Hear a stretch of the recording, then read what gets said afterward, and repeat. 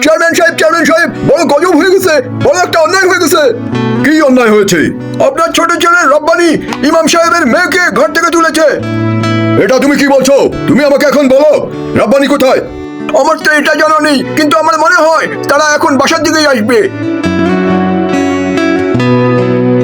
সিথি, তুমি তাড়াতাড়ি করে বাসার দিকে যাও। এটা তুমি কি করলে রব্বানি? একবারও তোমার শরম লাগলো না অন্য এক ঘরের মেয়েকে তুলে নিয়ে আসতে? এ সার্জিস, কারো ইজ্জত নিলামে ওঠে নাই। আমি সিথিকে ভালোবাসি, ওকে বিয়ে করতে চাই। সবচেয়ে ভালো হয় তুমি চুপ থাকো। দেখলেন আব্বা, তো ভালোবাসার মানে কি এটাই যে তুমি কারো সম্মান ইজ্জতকে এভাবে নষ্ট করবা? কারো মেয়েকে এমনিতেই তুলে নিয়ে আসবা বাসা থেকে? আরে ও নিয়ে এসেছে তো কি হয়েছে? আমরা চেয়ারম্যান, আমরা যে কোনো কিছু করতে পারি। আপনি কাকে বলছেন আব্বা? এই তো কথায় কথায় খালি ভয় পায়, একটা বুঝদিল। এই মেয়ে যদি ফেরত যায় তাহলে এলাকায় আমার বদনাম হয়ে যাবে। এই মেয়ে এখানেই থাকবে।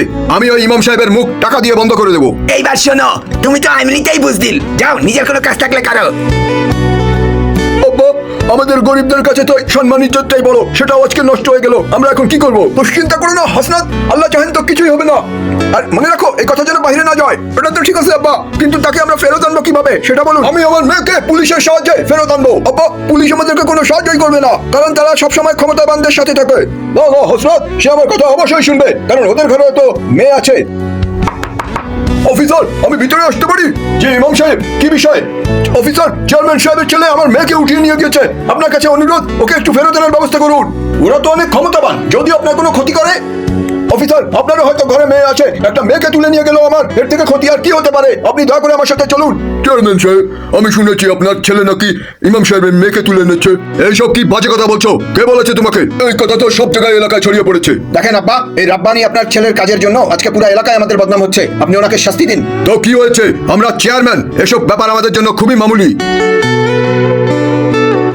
অফিসার, কি মনে করে? চেয়ারম্যান সাহেব, এত ভোলা সাজবেন না। আপনি খুব ভালোই জানেন আমি কেন এসেছি। ভালোই ভালোই মেয়েকে দিয়ে দেন ফেরত। অফিসার, এটা আমাদের ঘরের মামলা, আমি ইমামের সাথে বুঝ করে নিব। আর এছাড়াও আমার ছেলে এমন কোনো অন্যায় কাজ করেনি। আব্বা, কিছু তো শরম করুন। এই কথা বলার জন্য আপনার ভয় লাগছে না? আপনার ঘরেও তো মেয়ে আছে। সার্জিস, তুমি কথা বলছো কেন? তুমি চুপ থাকো। আর কতদিন আপনারা ছেলেদের অন্যায়কে এইভাবে পর্দা দিয়ে রাখবেন? মেয়েদের ততটুকুই হক আছে সম্মান ইজ্জতের যতটুকু ছেলেদের আছে। ইমাম সাহেব, আপনি অপেক্ষা করুন, আমি আপনার মেয়েকে নিয়ে আসছি।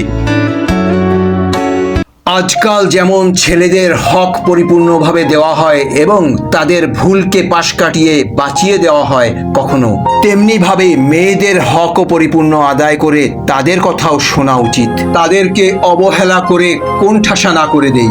যদি আমার মেসেজটি পছন্দ হয় অবশ্যই বন্ধুদেরকে শেয়ার করে দিন। ধন্যবাদ।